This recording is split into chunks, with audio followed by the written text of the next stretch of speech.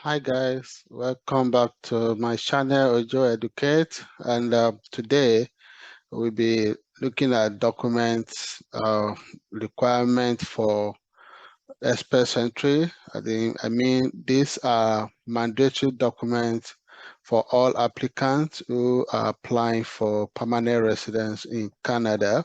So these are documents you must upload after you receive the invitation to apply, which is called popularly called the ITA. So when you are called, you need to provide this document. The first thing on our list is marriage license or certificate. This is required for married couple. So if you indicated in your profile that you are married and you are coming with your spouse, or whether your spouse is coming later or with you, or accompanying spouse or accompanying children, or accompanying partner, you need to provide marriage certificate. This has to be in PDF format, so you have to convert it to PDF. And marriage certificate is required if you must have a marriage certificate issue if you marry in Canada, and this has to be issued by province or territory where the marriage took place. And the second, and if you marry outside Canada, the marriage must be valid under the law of the country where it took place, and under Canadian law, a marriage performed in an embassy or consulate must comply with the law of the host country. And I would like to note here that certificates from religious organization is not acceptable. If you have a certificate of marriage from your church or from your mosque or from any other religious organization, is not acceptable. Marriage certificate has to be government issue certificate. So that is very important. And then the next thing is police certificate, popularly referred to as police clearance. This has to be in PDF also. So if you scan it, you have to convert to PDF. So you must provide a police certificate from this country, that is the country of your residence or territory. IRCC use police certificate to find out if you have a criminal record. So this help to make sure that you are not a security risk to the people of Canada. You must also provide police certificate from any country you have lived in more than 6 months. So if you have been to any country, let's say for instance, you are a resident of Tunisia and you have schooled in Nigeria, or you schooled in UK, and you live in UK, or you have been to UK and you spend more than 6 months. So you have to provide police certificates from that country, from the UK or from Nigeria, wherever you go and you spend 6 months and above. And the next thing is proof of upfront medical. This has to be in a PDF also. So you require a medical examination.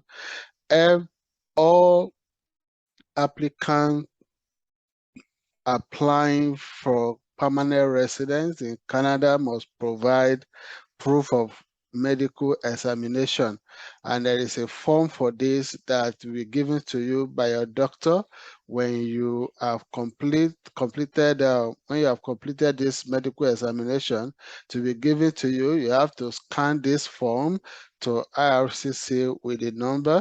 And if you cannot get a medical exam before deadline of your application, because when you receive an ITA from IRCC, you have 60 days right to submit your application. So if within this 60 days, you are not able to provide a proof of upfront medical that you have that this examination has taken place and the medical report has been issued to you. But if you are unable to do so, you have to provide a letter of explanation or a proof that you schedule appointment. Could be an email from the recommended or reference hospital. So you have to provide that and scan it and put it in the placeholder where medical or from medical is required. But from my experience, I will advise that in as much as you can, try all your best to ensure you provide this upfront medical and submit it alongside with your application. Is going to help you a lot, and you will not need to be doing submitting web form or IRCC giving you additional document requests, which will delay your process, right? So you need to ensure you get this done before before you submit your form. And then the next thing is your passport or travel document, which have maybe be in multiple form. You must submit a legible copy of your valid travel document, which you will use to travel. So recommended is your passport of country of residence or your country of origin, or the country where you a country of origin, which so and if you do not have passport and must use another travel document, there are folks who maybe you are unable to get your government passport or country of origin passport. So if you are submitting any other document, it has to be a government issued document, which must have your name, your date of birth, your document number, citizenship or resident status. You must have a photo and also expiring date if applicable. So this is the requirement for travel documents, but it's recommended that you submit your passport, scan it as PDF. The next thing is your education, diploma or degrees or certificates that you have submitted in your profile that you are coming to Canada with. So you must provide proof that you completed your post-secondary education. So a sample of proof of education include diploma degree, whether your master's, your PhD, or any post-secondary education. So I will advise when you are submitting this, submit this in a single file with your ECA report, attach all the certificates and also attach your IS result.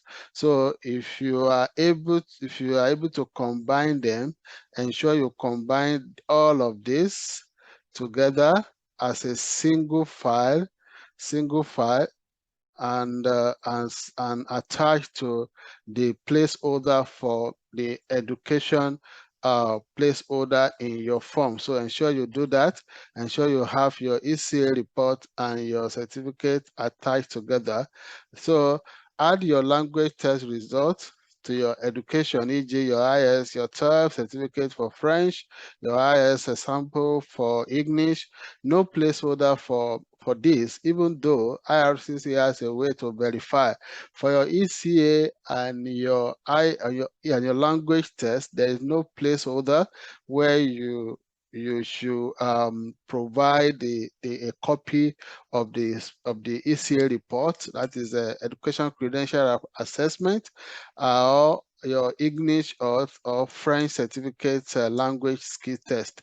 So there's no place, but you are going to provide a number, the certificate number, and the candidate numbers, and your ECA report number in the form when you are submitting your application for express entry.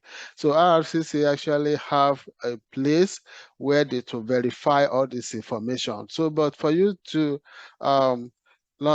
make everything easier for your immigration officer, why not just attach all of this so that there will be no need for them to they will be able to see all the details. So the next thing is your employment record, right? You must provide proof of work experience for your current job for each position, and you've listed in your express entry application.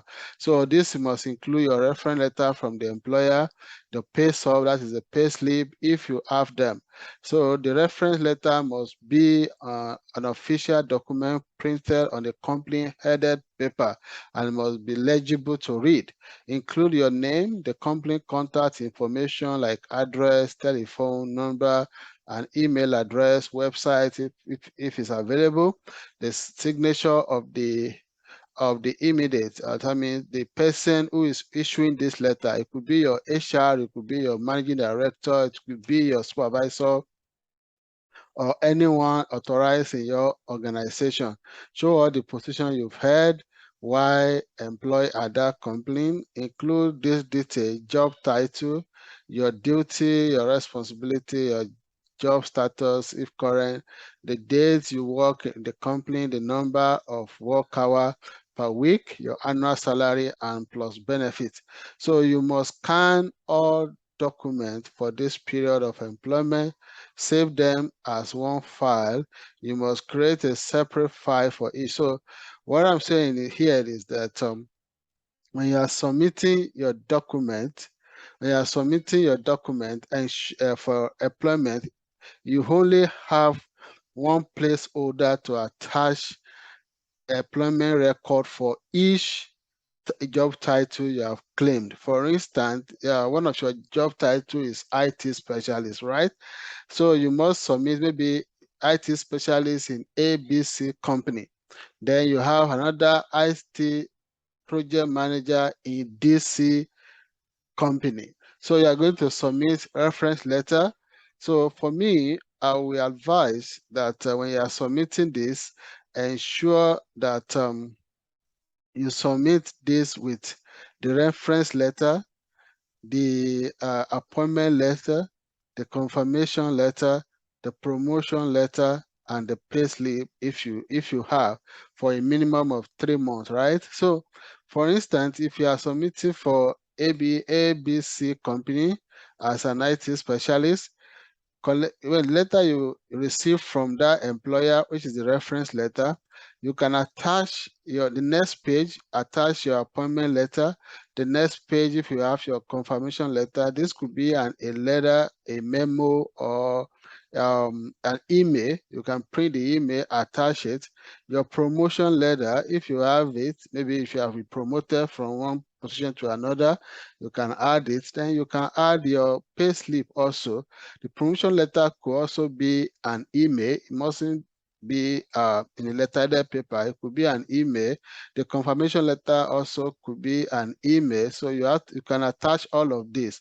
Now, what this help the immigration officer in making decision, instead of them verifying, which will increase the time of your application, instead of them verifying or investigating whether you actually work in this company or not, all this information will be enough, because you will not be there when the officer will be making a decision, right?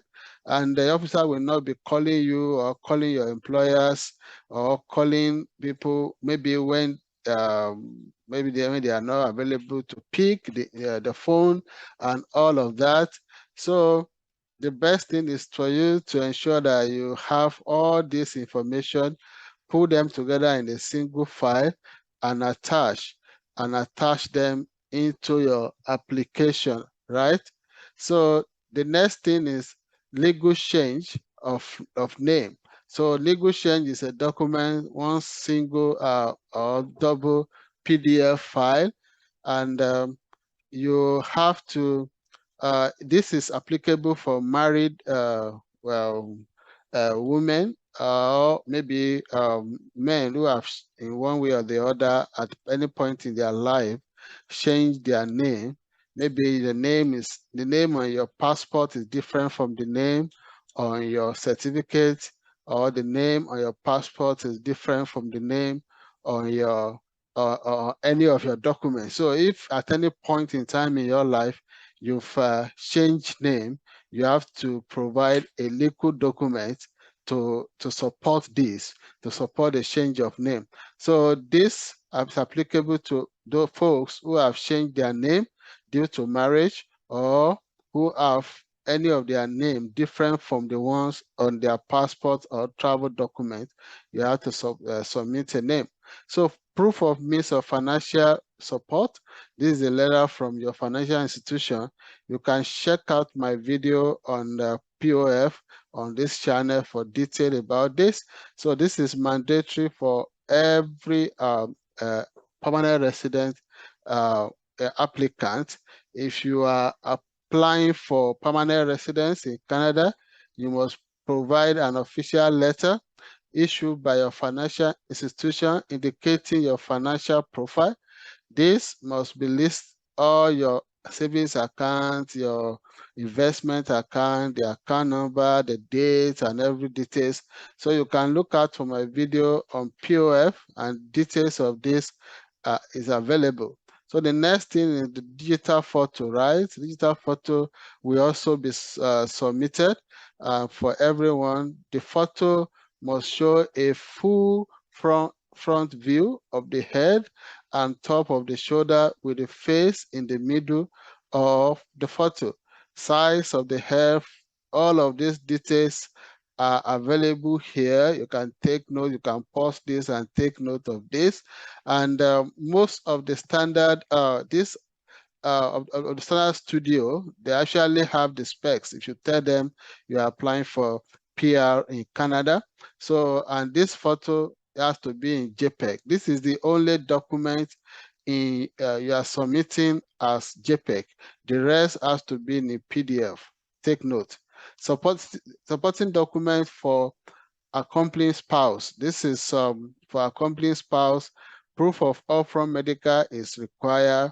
Passport is required. And let me inform you here that in terms of passport, you have to scan the data page, the data page of your passport, the data page, and if you have traveled, all this the visa, all the pages that has visa and stamp that show your entry and exit of that country, you have to scan all of them as a single file and attach them in this placeholder for the passport. I will repeat that again. If you have if you have any visa in your passport, you have to indicate that. You have to state that, okay, you have been in this country, even if it is for 1 day or 2 days or 1 week. You have to scan all the visa page, including all the stamp for entry and exit for each of your each pages in your passport. So education for the accompanying spouse, employment record also, the same specification as we explained earlier, and digital photo, police certificate, that is for adults, right? Accompanying spouse. For accompanying child, the supporting document requires the passport or travel document for each child, digital photo of each child in JPEG, proof of upfront medical examination, which is also required for each child. Even if it's a baby, you have to provide proof of medical. Then birth certificate or registration of birth, so you have to be in PDF also and has to be attached. Children qualify as dependents if they are under 22 years old and if they don't have a spouse or partner. So you can read detail about accompanying child requirements for accompanying child in this link. I'm going to drop that in the description below. And also, please take note of this. PDF document that you are attaching must not exceed 4 megabytes. That is less than equal to 4 MB. Then I will advise that you create a folder for each of your family member, yourself, and each accompanying person and save their file in their respective folder to avoid any mix-up or mistake. What am I saying here? If you are traveling with yourself and your spouse, for instance, I would advise you create folder for each of the accompanying spouse, your accompanying spouse and each of your child. So let's say this is the primary applicants. This is a spouse, and child 1, child 2, child 3, child 4, in that order. So save their file in separate folder. This will help you when you want to attach, so that you will not attach a document that is for child A and attach it for child B, or attach a document for child D for a document for a child C. So if you save it in their names, passport for child A, passport photo for child B, photo for child C. So this will help you a lot, and it will reduce minimize mistakes or any error from your end when you are uploading. Because once you upload, you cannot retrieve when you want to submit your application. You cannot go back and edit or remove any upload or go back. So the best thing for you to do is to ensure that you upload the right document for each for yourself and also accompanying spouse or accompanying child. Ensure you upload the right document. So if not, this will help you to avoid ADR, that is request for additional documents. So I've seen folks whereby the situation whereby instead of and also let me state here that you have to name them with the right name. For example, passport, name passport and say child A passport. I've seen a sample of a situation whereby the birth certificate of child A was uploaded as the passport for that child. So, and they have to send the applicant an email, yes, an ADR to upload the right document. All these things usually can delay your process. So there are online sites where you can use to merge your PDF, where you can compress your PDF. I'm going to drop a link of one of the one I use. I frequently use that site. I will drop the link in the description below so you can check. So the site will allow you to merge. It will allow you to merge your documents. It will allow you to reduce the size, and this will help you a lot in when you are applying or you are submitting your application.